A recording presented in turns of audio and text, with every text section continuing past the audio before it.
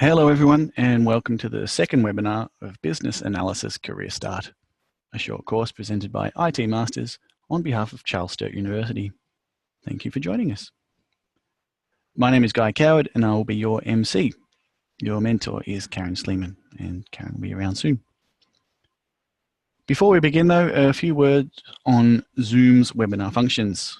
We encourage the asking of questions and the use of chat during the webinar, and there are two ways to do so that we use. We ask that you direct all course content related questions to the Q&A section, and that you send all administration type questions to the support team in chat. You can chat with panelists only, or to all of your fellow students as well, by toggling through the drop-down box once you have opened the chat log. There are usually some very experienced industry-based students who will be most helpful.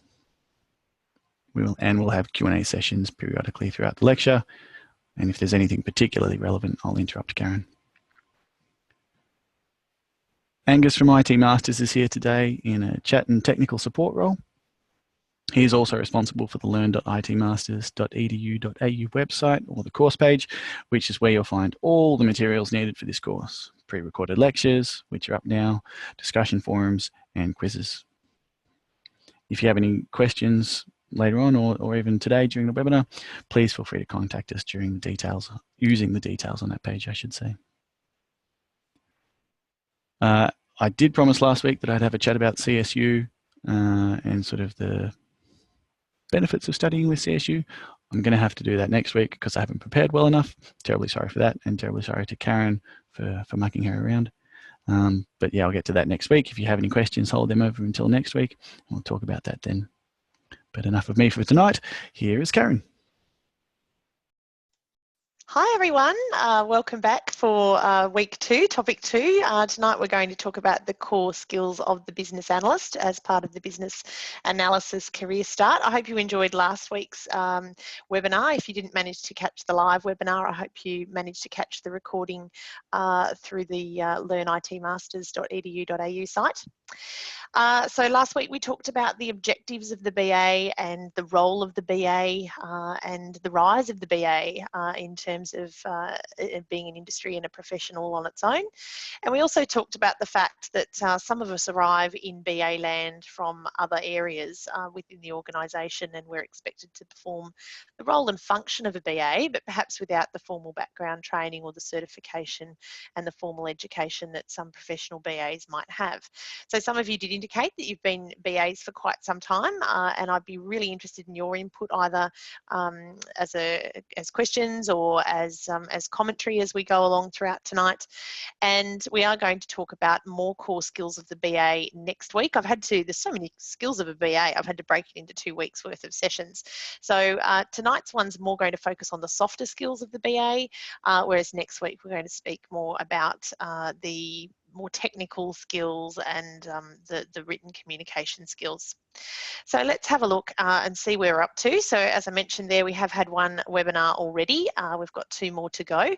And as Guy mentioned, next week as part of Core Skills for the BA Part 2, Guy's also going to give us some information about CSU and studying with CSU too. So that's on Monday the 29th of October at 8 p.m. And then we'll round out with our very last webinar on Monday the 5th of November at 8 p.m. And we'll be talking then about building a BA career. So for those of you who have come into BA work as an accidental BA, let's say, and you really are interested in building a career as a BA, and you find the work challenging and interesting, and you think this is something I'd really like to do, we'll talk about how you can transfer these wonderful core BA skills that you've learned into a career and work pretty much full-time as a BA if you'd like. There's plenty of demand out there for positions. So the things we're going to talk about in tonight's webinar in topic 2 generally. So as Guy mentioned, we've got the pre-recorded audio lectures where I go into each of these topics in a little bit more detail. We're also going to have some multiple choice quiz questions for you to complete there, just to test your knowledge on some of these topics. There's some readings there, and of course we've got the forum chat as well, which again is a great opportunity for those of you who've got a fair bit of experience as BAs to give us your thoughts and your views and your opinions on some of the soft skills that a BA needs to be able to perform their role effectively. So the topic or the subtopics that I'm going to talk about today or tonight in this webinar are time management skills. So busy people, the BAs, always got something to do, and sometimes lots and lots of things to do all at once. So we're going to talk about the importance of time management and your ability to make sure you get all of your work done as a BA. Also, we're going to talk about rapport building and stakeholder engagement, because our work does involve a lot of communication and working with stakeholders. It's very important that we build good relationships with our stakeholders. And so we're going to be talking about how to go about that and some of the things you can look out for when you're trying to do that. We're going to talk about facilitation and presentation skills as well. So as BAs, we're often required to be involved in meetings, workshops, focus groups, and it's up to us to facilitate those groups and get everybody on board, get everyone participating and working towards a common goal. And also sometimes it is our role to present information on behalf of a stakeholder group or present information to a stakeholder group. It might be in order to get agreement, it might be in order to get more information from a stakeholder group. So we'll talk a little bit about presenting and how to be an effective presenter as well. And then last but not least, just generally verbal communication and listening skills are pretty important for the BA. Considering our role is to solve business problems, we need to find out. So you know, one mouth, two ears, in that order for a very, very good reason. So we obviously need to be able to talk, and we need to be able to listen very effectively to the needs of our stakeholders to be able to solve their business problems effectively. So let's launch right in, Guy, unless there's something there to pull up about. Nope, not yet. Fantastic. All right. So if you do have questions along the way, don't hesitate to direct them to Guy and we'll get them answered for you. So I've just got a time management slide up in front of me. Time management is a very important skill of the BA. There's no such thing as the typical day in the life of the BA. Just about every day can look different, and that's because we have so many things to do, so many stakeholders to talk to, and also a complex variety of different projects that we might be working on at any one time. So how does the BA get around all of this and get their job done effectively? Well, there's a couple of points here that I have on the slide that might be helpful. So one of the things that you can do is obviously get some prioritisation of your work happening. So we'll have important jobs that we need to get completed, but we also have urgent jobs that pop up. So the phone often rings, we might be in meetings a lot. There's all sorts of things happening for the BA, usually around communication. So we have to be able to prioritise what's urgent and deal with that as things come up, but not lose sight of the important tasks in the background too. So have a bit of a look at your day using technology. I'm going to talk about a little bit later, but you'll probably have a calendar or a diary there. Using your time effectively means being able to look through your to-do list and say, okay, well, I need to be able to do that first, and then I can do that, and so on. So that's a very important skill for the BA. Another important skill for the BA is to get to the point pretty quickly. Now, I'm going to be talking about building rapport with stakeholders in this webinar, and you might think I'm about to contradict myself because I'm going to talk about meeting a stakeholder and making small talk and being friendly and building rapport. But once that is done and dusted, we do need to get to the point. As BAs, you know, sometimes we've got some pretty difficult news to deliver, or sometimes we've got a message that we need to deliver pretty quickly. So we don't want to waste people's time in meetings, you know, messing around with small talk. We need to get to the point. And the important thing there is also sticking to the point. So sometimes when we are interviewing stakeholders, or we've got a group, focus group or a workshop happening, we tend to have stakeholders who want to take the floor. We tend to have stakeholders who have an opinion or a point of view that they really want to get across to everyone else. And sometimes discussions and meetings can start to go off on a bit of a tangent. So as BAs, we have to make sure that when we do get people in a room, we let them know what is the point or the objective of the meeting that we're having, or the focus group or whatever. And then we have to make sure that we stick to that. So one of the ways we can do that, if we're having a meeting and somebody brings up a point that perhaps isn't relevant to what we're about to talk about or the objective of the meeting, we do thank them for their point, never rude about that, record their point and let them know that we'll deal with that in another forum or in another meeting. So we're always trying to bring people back around to the objective of the meeting meeting or the objective of the project. And if people do tend to want to get sidelined, for example, in an interview, if we're talking about a particular business problem, they may want to keep talking about someone in particular or something in the particular that's driving them crazy. I'll make a note of that, and I'll make a note that it is a source of extreme frustration for that stakeholder, but I'll gently try to keep bringing them back to the point and just say, let's stick to the topic here. Let's keep talking about this or that, just to make sure that we don't lose track. Otherwise, we can get into some wonderful conversations with people that will take 2 or 3 hours of our valuable time and their valuable time, and we won't end up achieving the objective that we came there for.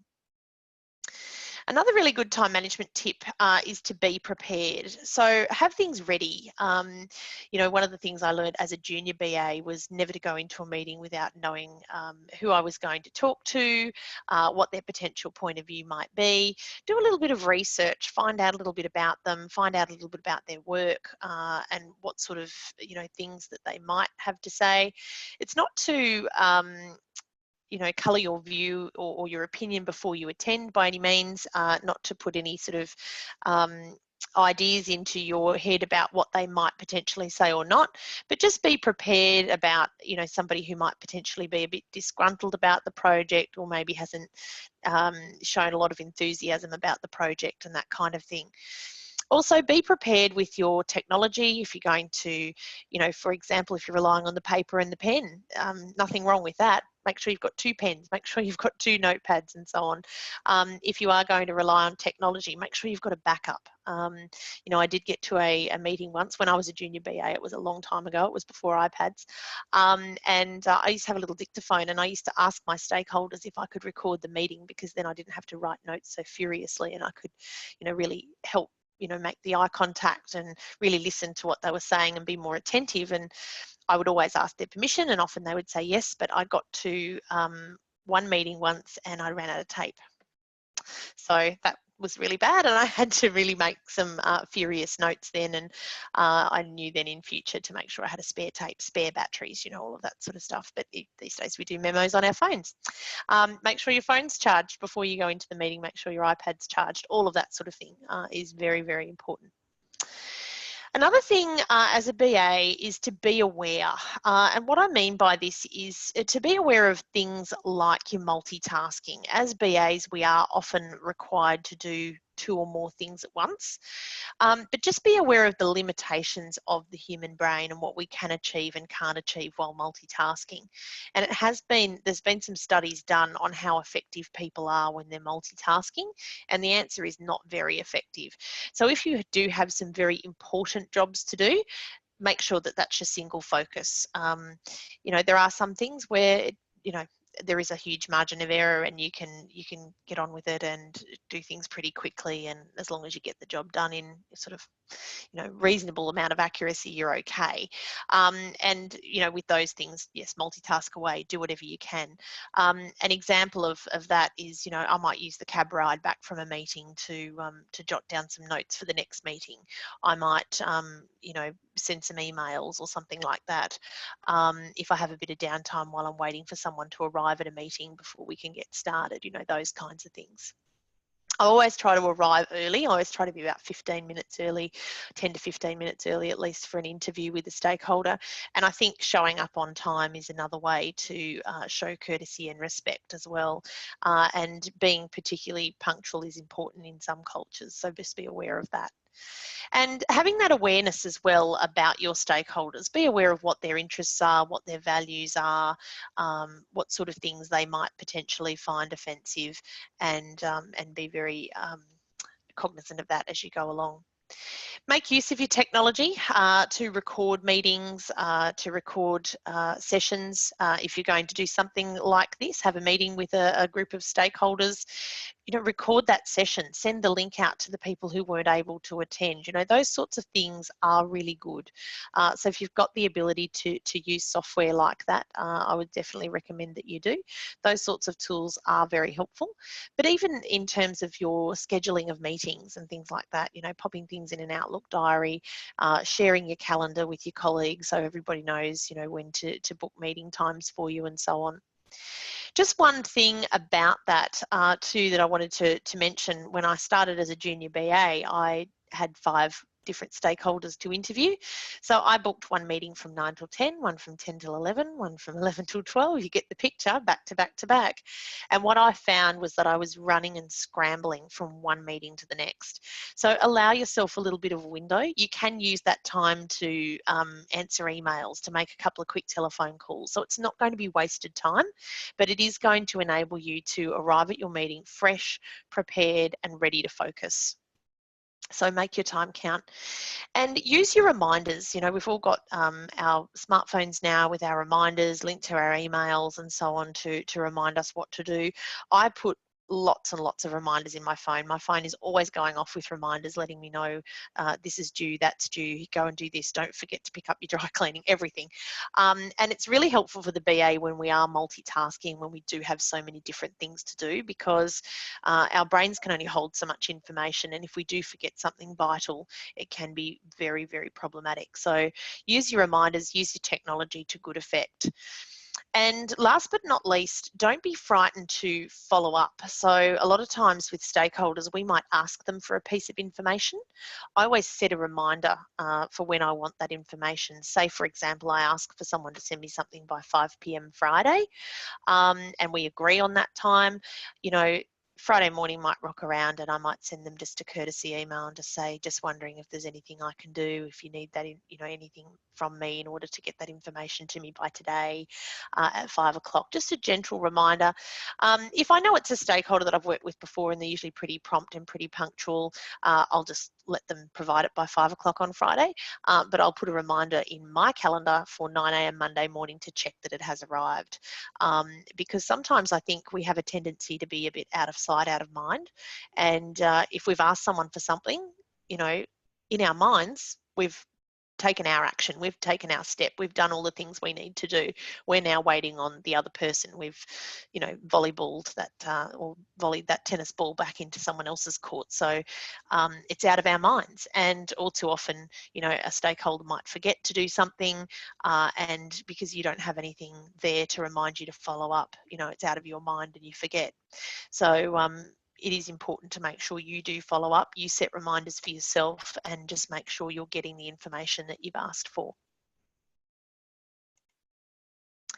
All right, any need to stop there, Guy? Any questions? Yeah, a few just piled in, and Okay. also just a general comment that all BAs should look out for me, and I'm terribly sorry, Karen, because that slide is so very useful, despite being somewhat, you know, like, yeah, be prepared and such, you know, like, my goodness, I'm sorry.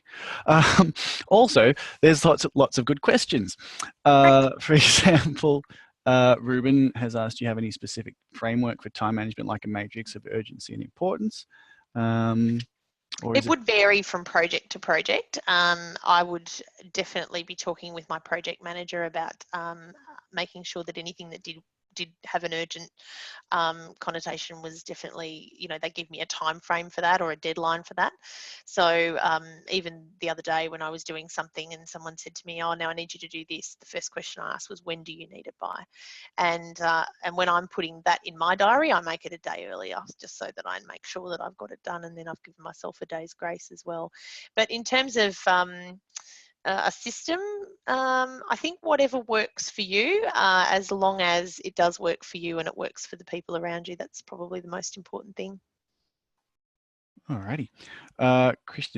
Christian has asked, how is if you do not reply until the end of a week, I will take that as an acceptance of my proposal or option or decision, as an option to deal with unresponsive stakeholders. Do you sort of, I guess, Yeah. take the decision out of their hands? Sometimes no is the answer, or no answer is the answer. Silence is the answer. So yes, you can certainly give everyone the opportunity to do so, and you can use those tactics. I'd be very careful though, if I knew it was really critically important information for my project, and that stakeholder might potentially hold the key. I would be trying to every which way to get an answer from them before I just said, if I don't hear from you, I'll I'll regard that as okay, because stakeholders do have a tendency to pop their heads up later after decisions have been made and you know, make their intentions or their desires known, and it is too late to incorporate their wishes into the project. And we might say tough luck, but at the end of the day, we really do need our stakeholders, and we really do need them to be on board for the project to be a success. And I'm thinking, you know, not just in terms of the delivery of the project itself. You know, you can run a project on time and on budget and in accordance to scope. It doesn't make it a success. What makes it a success is at the end of the day, when that product or service or result is handed over to the business and it's used and everyone gets value out of it and the business gets a benefit out of it. You know, to me, that's what a successful project is all about. And so if you think a stakeholder might have a critical piece of information that might prevent that happening, I'd be pretty dogged about getting it out of them. Thank you. Michael's asked about tips for managing stakeholders that you don't meet personally, for example, those that are interstate. Does this change any of the tips? Yeah, it can do. Yeah. So we're about to talk about building rapport, and there might be some things in there that might be of interest to Michael as well.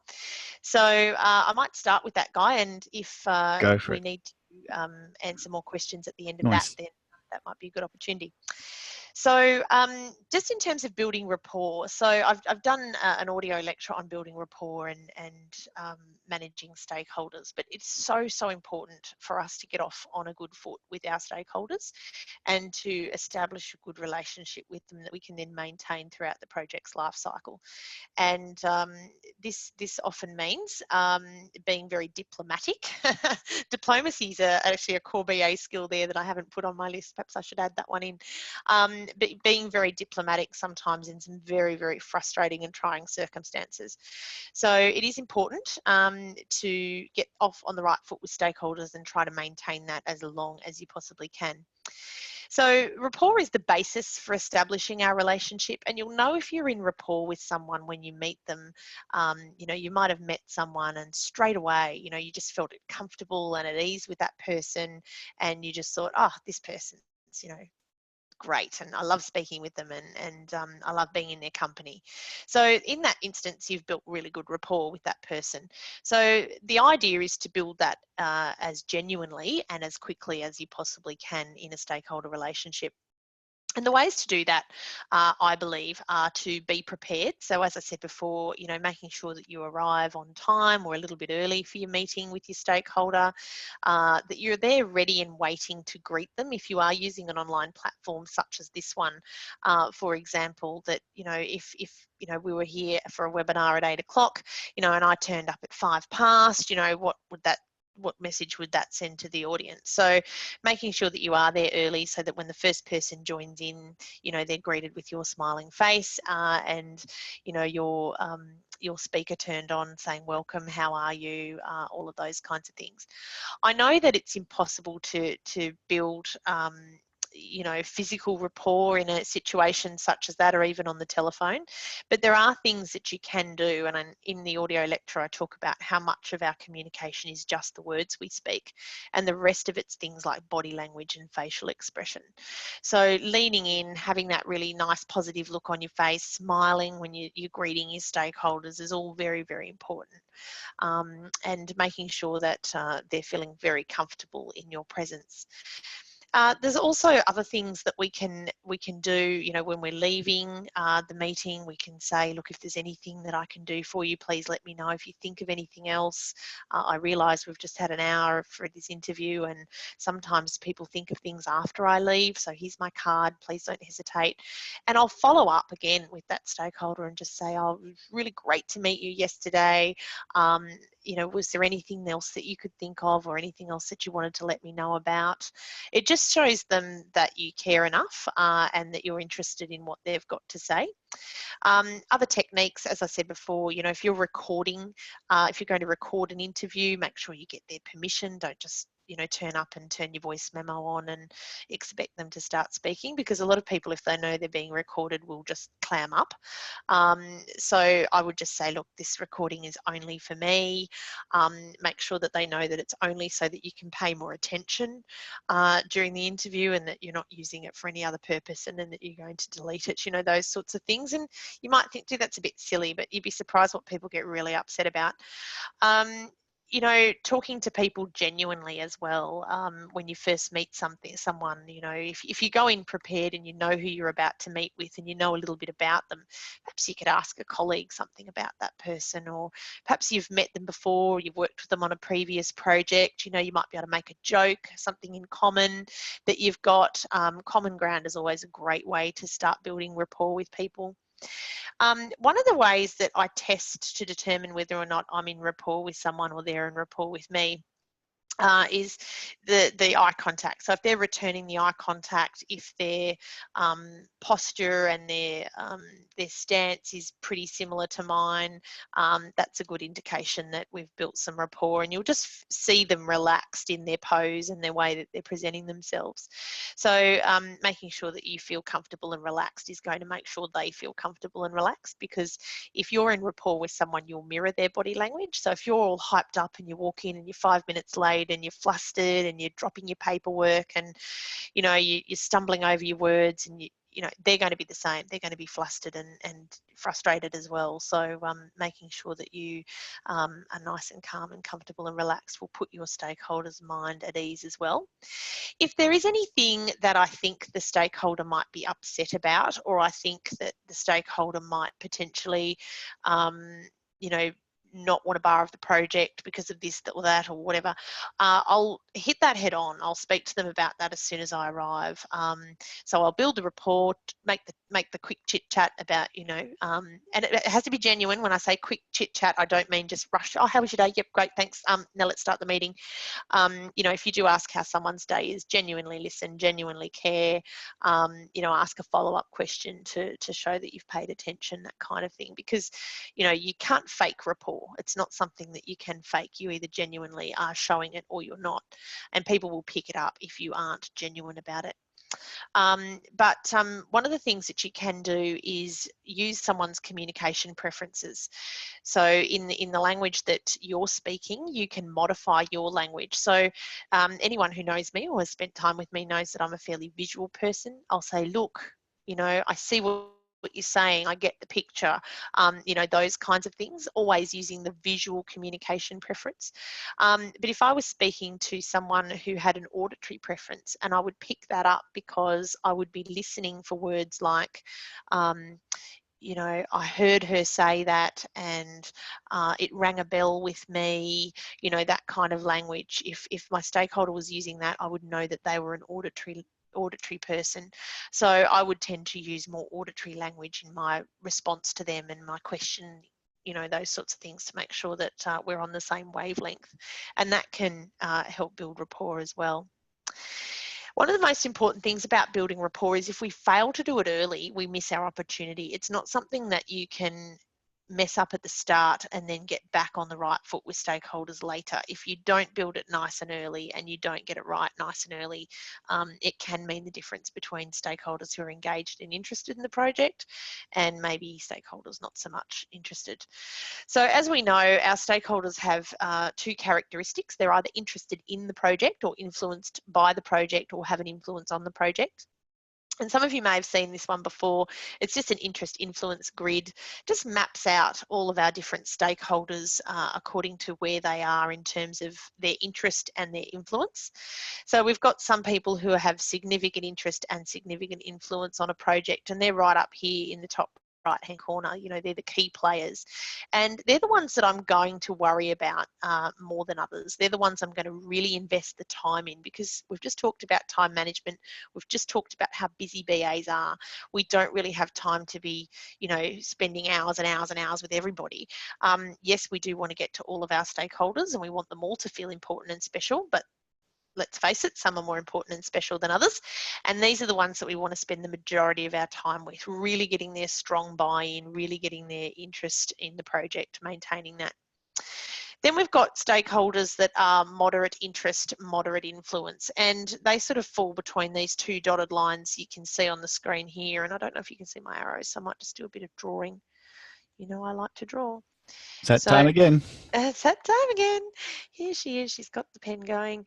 So these are the stakeholders that really need the active consultation. So they're the stakeholders that, you know, are one rung down from the key players who I need their strong buy-in. I need a lot of buy-in from these guys too, and they're going to be people that I actively consult with. So as new information arises about the project, if I go and interview a stakeholder and something kind of unfolds from that, I'd go back and speak to these guys again. I'd make the effort to go back and have another chat.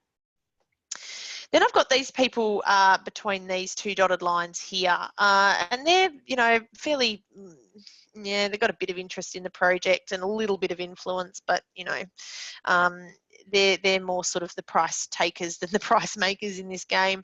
So I do my best to maintain their interest. I speak to them. You know, they're the sort of people that you say, look, you know, if you need anything, let me know. But I wouldn't necessarily go and make the follow-up calls or the follow-up meetings with necessarily. And then there's these guys down the bottom here who've got very little interest in the project, and let's face it, very little influence as well. So they're just people I need to keep informed. So it's all one-way communication with them. I don't tend to worry too much about getting their feedback. I might get a little bit of feedback from now and then from them, but I'm mostly just, you know, pumping out memos and emails and just touching base to let you know how we're going with this kind of thing. If they write back, great. If they don't, I don't worry. So they're the sort of people that one of our members of the audience was asking before about, you know, is it okay to just say, you know, if I don't hear from you by Friday 5 o'clock, I'll take it you're happy with this. They're the sort of people that I would definitely do that with, because they've got very little influence over the project anyway. So even if they do come forward at the last minute and decide they want to have their 2 cents worth, it's probably too late. And, you know, they haven't got much interest in the project anyway, so they're very unlikely to do that. So anywhere from sort of that line north, I'd be trying to get their active participation. But yeah, if they've got little interest and little influence, then yeah, sending out something that says, let me know by 5 o'clock Friday, otherwise I'm counting you as on board, is totally fine. Just something to point out about buy-in and influence. I've got a couple of slides on this one. You'll see here that the project kind of works a little bit like a roller coaster. I'll just get my pen in so that I can draw this line a bit more clearly. It has a bit of a dip in the middle of the project and then kind of goes back up again. And why this is important is because over time, people's interest and influence in the project can change.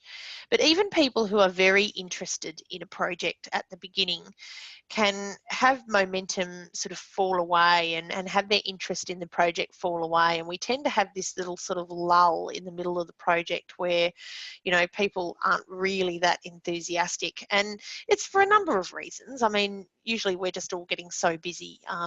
You know, when anything new starts, when any new project first arrives on the scene, people are usually very keen to jump on board. They are usually quite enthusiastic because usually senior management have done quite a good job of telling us what's in it for us, and selling us on the wonderful benefits that this new product, service or result is going to get for us. So the key there is the early awareness. Now, there will be a group of stakeholders who are likely to jump on board at that point, your early adopters, your change enthusiasts who are likely to grab this opportunity for change with both hands and away they go. Then you'll have a group of people who are in a bit of denial, maybe don't like the idea, maybe aren't all that convinced by the senior management speak, and they'll be starting to ask, what's this? You know, is this too big of a step for us to be taking? How's this going to affect me? How am I going to get this done? I can't really make sense of this project. And what can also happen at this point in time in the project as well is that you know, the true nature of the cost of the project can start to come out, and the risk of the project can start to come out. And so some people who might have been really keen before and sold on the benefits can now start to see some of the drawbacks, and they're thinking, oh, this is not such a great idea. And they go through that phase of sort of denial and uncertainty, and for some stakeholders, even fear and resistance. Now, unfortunately for us as the BAs, if you've been brought on board very early in the project, as you should have been, the earlier the better, we're facing this. Okay, so our stakeholders are usually going through these denials, fears, resistances as they're talking to us. Okay, so that is a pretty important thing. If you overlay the BA life cycle over top of this engagement and buy-in dip, you'll see that, you know, we're working with stakeholders predominantly, you know, in this kind of sphere here. You know, by the time the requirements are gathered, people to start, we see the solution, and then we start implementing, and then up the other side, the testing and whatever. We often see things a lot more clearly, and people are back on board again in this second half of the ride. But this first half of the ride is where we've got to gather the requirements. So you can see it's a pretty tough gig to turn up to someone's door and start talking to them about a project that they want nothing to do with. And then as we're going through here, you know, maybe there's been some butting of some heads and people aren't really happy, and people are sort of saying, look, I've got a job to do here, and this environment's all very uncertain. I'm dealing with the same job and less money. I don't trust these people. And, you know, this trough here in the middle of the project is where we start to lose our stakeholders.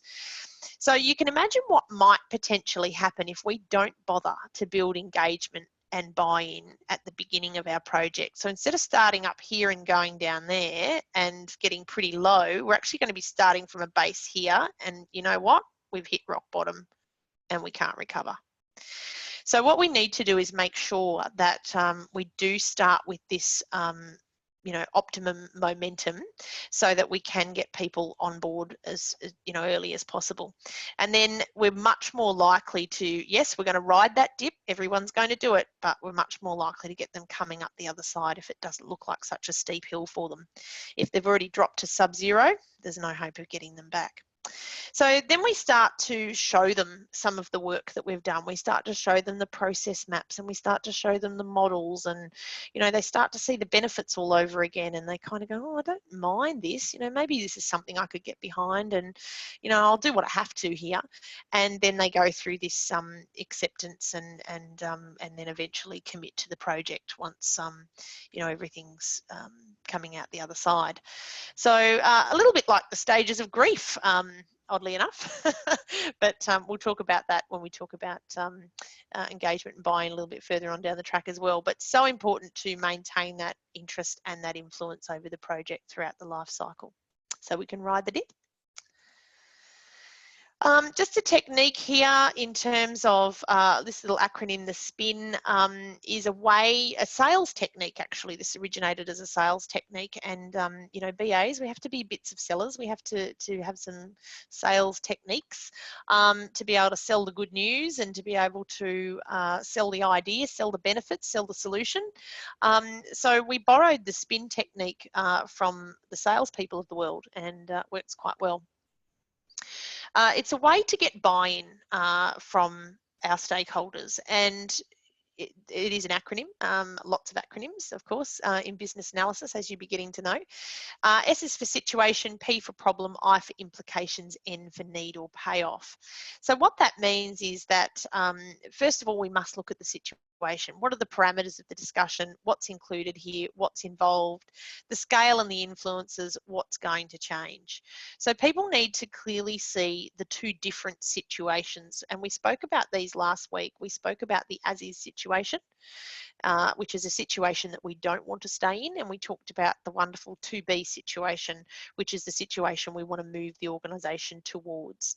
So have a look at both of those situations and what's involved in getting there, what are the influences, what potentially is going to change for people, because that's what they're going to be interested in. They're going to be interested in, what does that mean for me? How am I going to change? How's my job going to change? What's life going to look like for me in the to-be situation that, you know, is different from how it is now in the as-is situation? So the more you can get their heads around the two different situations and how similar or different they're going to be, the easier it's going to be for people. So once they understand the situations, they can then understand that there's a problem. And, you know, we're here to solve a business need. So if there were no problem, there would be no BA required. We have a problem. We either want something that we don't have, or we don't want something that we do have. And so this is the source of the project. This is why the project's come about in the first place, because this as-is situation is not good for us. It's not where we need to be. So looking at the actual need or the pain, for this particular stakeholder is really helpful. You know, what do we want to stop or to gain? What's the objective? What's going to be the compelling reason to get this person on board? What's the problem that they're going to face if they don't come with us from this as-is situation to this new to-be situation? And then what are the implications? Why can't we just stay here? What's wrong with As-is Island? You know, if we stayed here, are we going to run out of coconuts? You know, what are going to be the reasons that we need to move? So point out the consequences of inaction. Point out the true cost of the problem. This can be quite scary and confronting for people, but those of you who have some experience as BAs will know that sometimes that's what you need to do. Sometimes it doesn't help to plod along softly and always paint the rosy picture. Sometimes we've got to let people know that if you don't come on board here, these are the problems, these are the consequences of inaction, because we need to provide them with motivation to change, and no one's ever going to change if life's going to stay happy days where we are. So then we give them the need or the payoff, and this is the vision of the future. This is the solution to the pain, the definition of the benefits, the result of the change. So we're putting our to-be situation in as great a light as we possibly can, so that throughout this spin process we're taking them through the whole entire journey of between the as-is situation and the to-be situation. And we're acknowledging, I think it's important that if we do have a situation where people are going to lose something, that we acknowledge that. I don't duck away or hide away from that. There's nothing worse than a BA who tells everyone, oh, don't worry, there'll be no job losses, I'll make sure, or, don't worry, that won't happen, I'll make sure that doesn't happen. Never promise what you can't deliver. If there is a situation where you do think people need to, be aware, not necessarily brace themselves, but you know what I mean, like be aware that there could be some pretty unsavory news up the track. Don't try and hide that. Don't try to sort of pretend it's not happening or just ignore it and hope it goes away, because it just won't.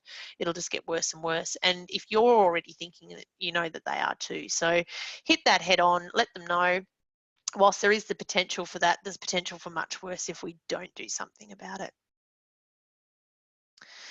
All right, just want to talk about elicitation, because these are the things that we will do in order to elicit requirements from our stakeholders.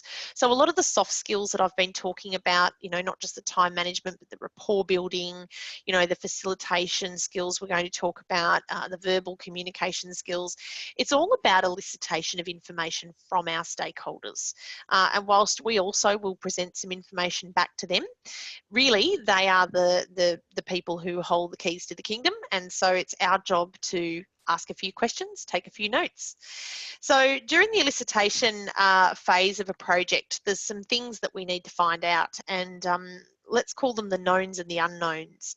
So we need to be aware of this, because not all stakeholders are going to come straight out of the blocks and be forthcoming with information. We're going to deal with stakeholders who don't want to tell us things. We're going to deal with stakeholders that, maybe perhaps, don't want to give us all the information. So there's information that everyone knows and will tell us. They're the known knowns. There's information that people know but don't think to say. They're the unknown knowns. So they're the things that, often, as I said, I'll follow up. What they don't know but need to find out, so they're the known unknowns, and what nobody knows and yet is highly relevant are the unknown unknowns. And so oftentimes, that old saying, you don't know what you don't know, the stakeholder doesn't either.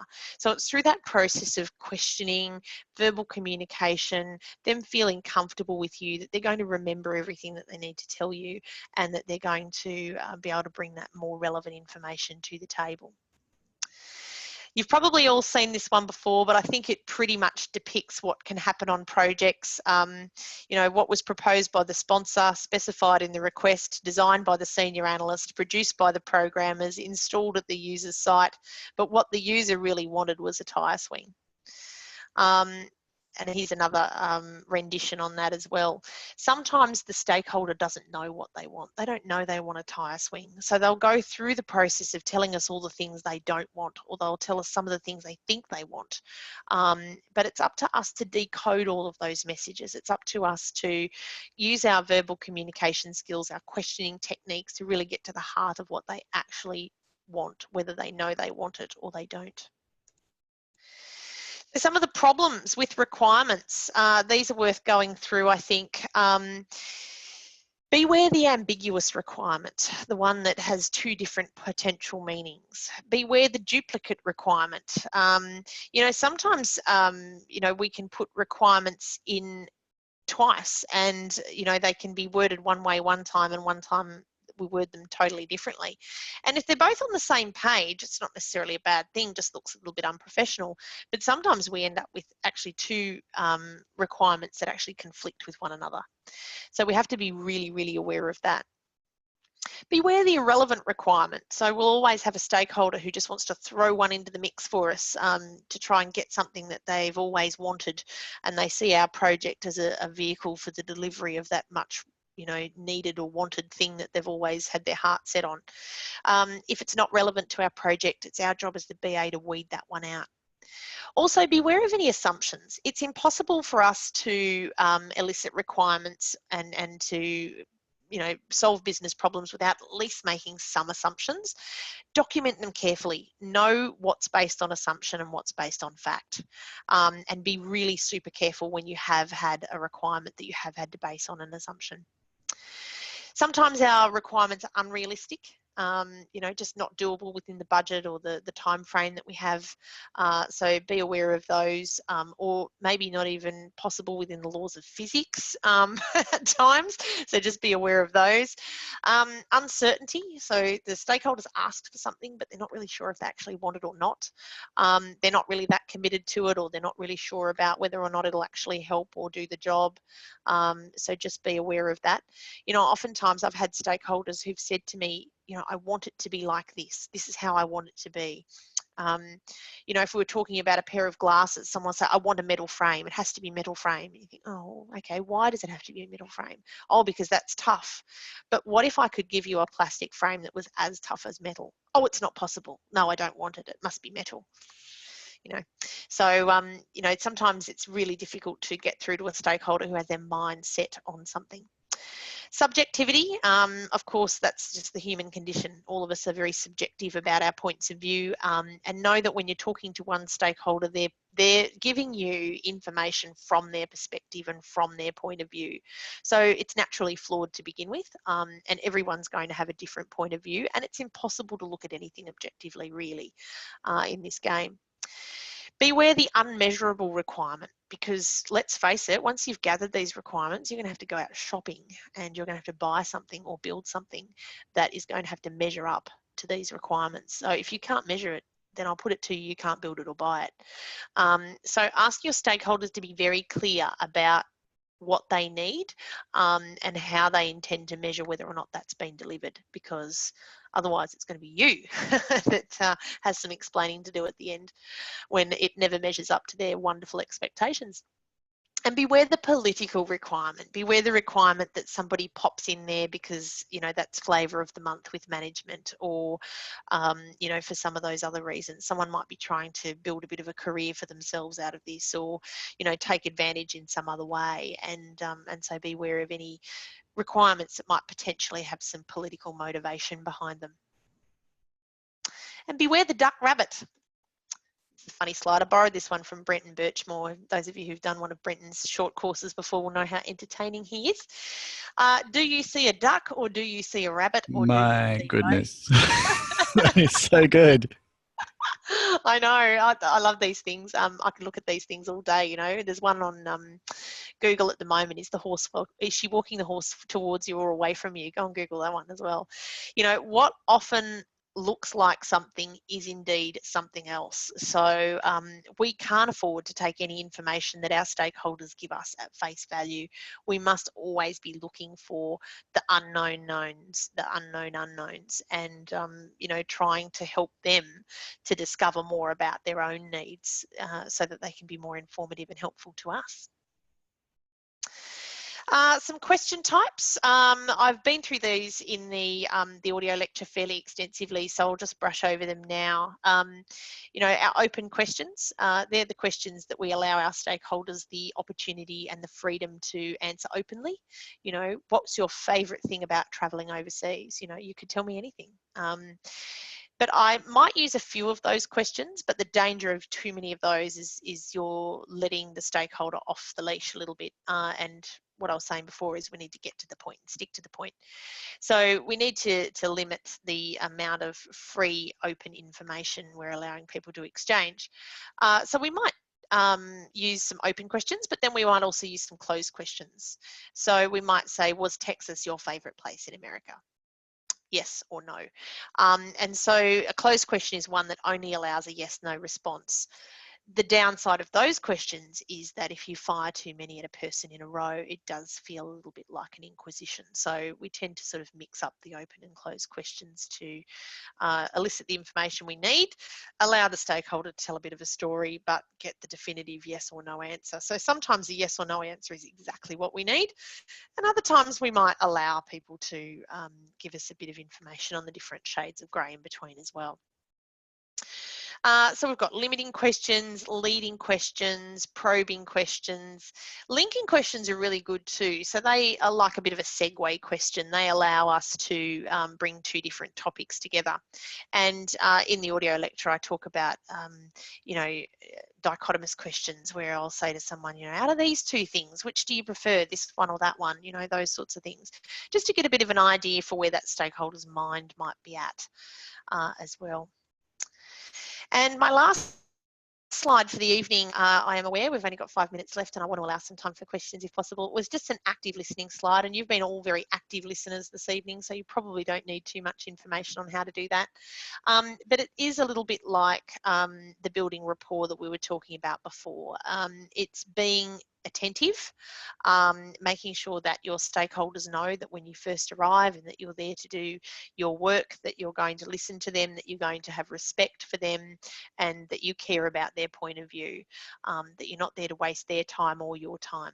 So the best way to do that is to be attentive. And as I mentioned before, I often record my stakeholder interviews because that allows me then to be more attentive, to maintain that eye contact, and to, you know, if you're always trying to write notes furiously and look up from your notes every couple of minutes just to make sure that, you know, you haven't lost them.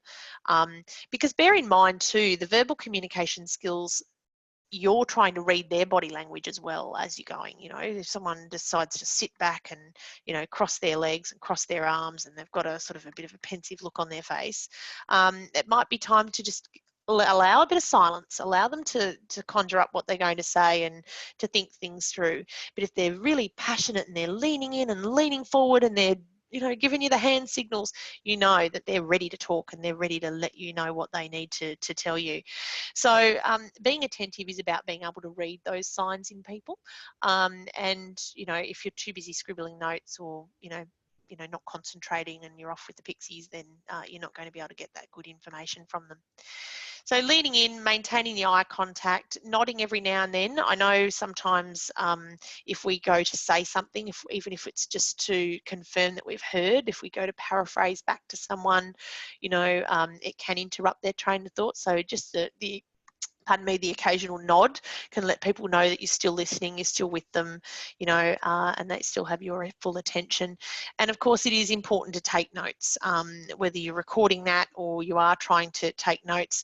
Please don't rely on your memory. I've lost count of the number of times that I've left a meeting and gone, can't read my handwriting there. What did he say again about that? You know, and you can always follow up, but you know, to do that too many times is not a great look. You don't want to have the interview all over again on the phone the next day. So take your notes, you know, make sure that, you know, you've got a very clear, and I even say sometimes to my stakeholders, would you mind if I just took a couple of minutes to just go through my notes before I go and just make sure I've got everything I need? And so have a bit of a check through, because oftentimes reading back through your notes, you'll come across something and go, ah, here's something. Now, before we were talking about this and then we got onto that, I forgot to ask you, what about this, this and this? So sometimes just reading back through your notes 5 minutes before the end of the meeting can just uncover that one thing that you might have missed that's pretty critically important. All right, well, that's it for me. Guy, back to you. Alrighty. I've just gone through a lot of the questions which were sort of specific cases or scenarios. I thought maybe we could work through those in the forums. Yeah, great. What happens if the stakeholder does X, Y, Z or behaves X, Y, Z? They're very important. Yes, and there's so many different ways they could behave. So I thought maybe I'd go for a few general questions. And I think maybe starting with Bill would be a good choice. Any advice for someone who lacks confidence as a BA? Yeah, Yeah, yeah. how do these tips work? Look, I would try to interview someone that I knew quite well. See if you can interview a colleague on something, interview them about a topic, a hobby or something like that, just to build up some confidence. I find if you've practiced things enough, the confidence grows. So try to practice your interviewing techniques and those sorts of things, with people that you know and trust already. Look, it can be hard. I would say that the confidence will come with experience, and sometimes if you haven't had experience in something, that can be the cause of the lack of confidence. So I just say practice and yeah, just try your hardest. And being prepared helps me with my confidence as well. I know that if I go into a meeting and I'm prepared, if I've got my notes ready, if I've got everything charged and ready to go, if I'm there 10 minutes early, I still get the initial nerves if it's something I might be doing a big presentation to the sponsor and the steering committee or something, and this is my solution, this is what I've been working on for 3 months, and I might be a little bit concerned about the things they're going to ask me. And so my presentation and facilitation skills, I just try to practice as much as I can before I get there, but don't overdo it. I mean, yeah, you can get to a point where you practice so much that it sounds a bit scripted and whatever, but I just recommend being prepared is probably the number one thing, and just gather that experience, and don't be too hard on yourself when you make a mistake. Write it up as a lesson learned, and think about, after each interview, what could you have done differently? What are the things that would have helped you get a better result? And then just focus on those things and practice them. Thank you. A has asked, do we use the spin throughout or in the beginning only? I usually use it anytime the stakeholders lacking in any kind of motivation or engagement. So I'll use it in the beginning as a what's in it for them, get them on board, initial engagement tool. But if I find that the stakeholders' momentum or their motivation for the project is starting to wane, I might have to bring them back into that state of engagement by engaging a tool such as spin, because we've often kind of got to remind people what they're doing here when they get in that lull, that dip in that project life cycle, and they all just want to bail out and quit, and they all just think it looks too hard. We do have to keep reminding people why they're there. And also that can also come in handy when you're trying to resolve a conflict with people too. So if there's two different stakeholders, they've got two different opposing points of view, what's the common ground? I know we're going to deal with conflict resolution in another topic, but what is the common ground there? What are the objectives? What are the benefits that we're trying to achieve for the organisation? And why can't we just sit here and stay here and stew in our own juices, kind of thing? And it does help people to get back on board and find that motivation to keep pushing on. Okay, Ruben has asked, how about cultural barriers in rapport building? Take you back to the start of the webinar. Yeah, I suppose that's a huge topic, no doubt, but any comments? Yeah, look, just do your research and be aware.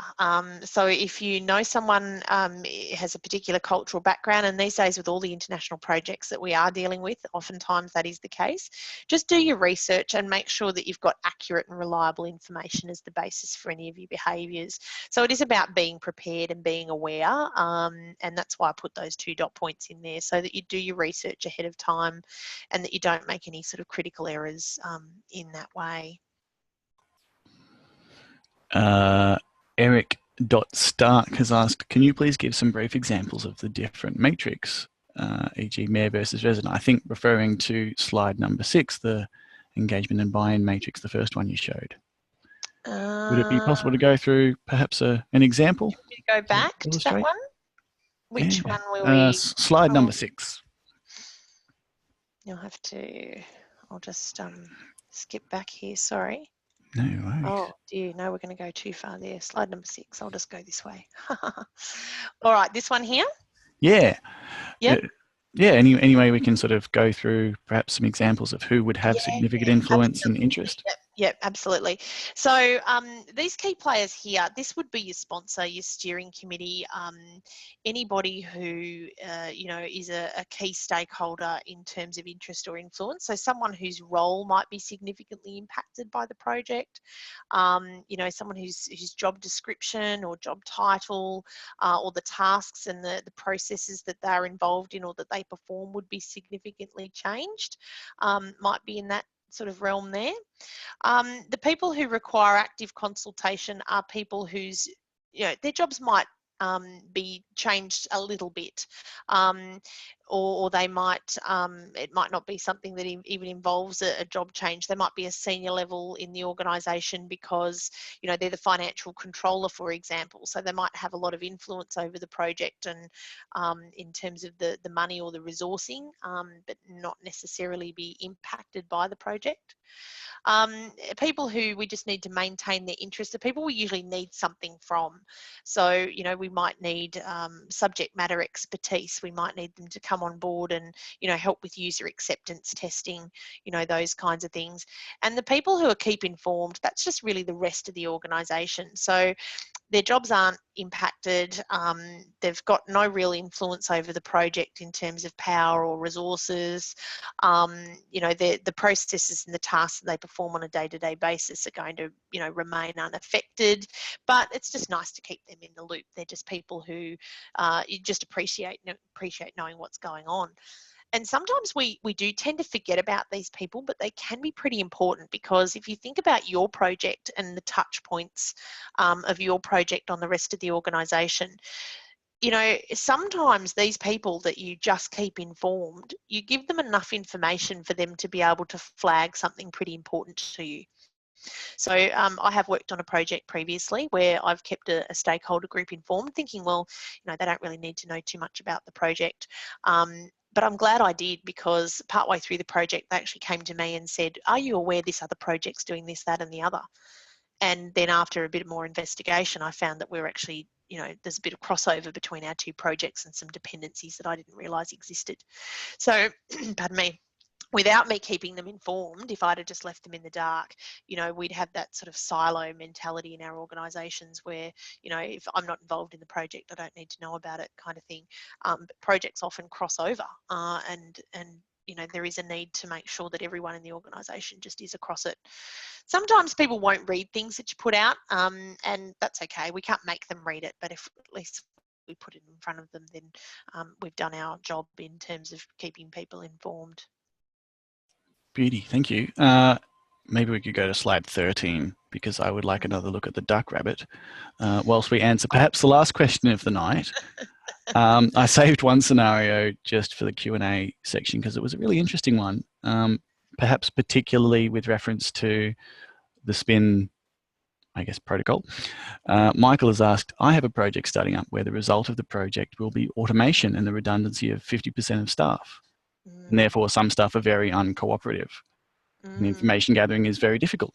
Are there any techniques that can facilitate this particular situation? Or perhaps my question is how does the spin process model work there? with Not much respect in to it that? for them, is there? Let's No. face it, there isn't much in it for them. Mm. Leaving in good terms and that kind of thing doesn't necessarily mean anything to people, and it is kind of hard to get them to buy into something when they know that they're going to be going anyway, and then that's the end of it. And so sometimes their care factor is zero. I think you do have to appeal to their the human condition to want to do the best they can, and to leave having the fulfillment of a good job. But I do admit it is difficult in those circumstances. I think just treating people with honesty, care, and respect will get you a long way in that regard. I think all too often it's not the news we deliver, but how we deliver it. So just be really conscious of that, and showing a huge amount of empathy for these people, that and what it would be like to be in their situation, to be leaving an organisation and having to basically train their replacements or write the process maps for their replacement, or whatever the case may be. It is incredibly tough. So just being as humble and as personable and as kind as you possibly can in those circumstances, I think will win you a lot of friends and help you influence people. Beauty. Thank you. And then hopefully we'll all be automated and we can just, relax, let It'll the go away and robots be do our democratic. biddings, and then hope that Skynet doesn't happen. Indeed. Hey, what's happening next week? So what's happening next week? We've got the second part of core skills for the BA. So we're going to be talking more about some of the technical skills of the BA next week. So we're going to be talking about things more along the lines of stakeholders again, but less of the softer side, more of the sort of the technical skills. So we're going to be talking about mapping and modelling, which are two very important things for the BA to be able to do. We're going to be talking about documenting. So whilst we've used our verbal communication skills to elicit the requirements, we're now going to use our written communication skills to document and verify our requirements. And we're also going to talk about conflict resolution and negotiation skills next week as well. And yeah, that's right, conflict and negotiation. Beauty. All right. Well, I guess all that's left is to say thank you to Angus for hanging around and making the lols in the chat. My highlight of the night was probably when he says, I, for one, welcome our AI overlords, in reference to the robots that are coming. Also, thank you everyone for sticking around and asking really interesting questions. Any that we didn't get to, chuck them in the forum. And, it's not at all a reflection on the question. It's just a matter of time. Thanks for sticking around. And thank you, of course, Karen, for another really interesting webinar and great slides. Thank you. Look forward to seeing everyone again next week.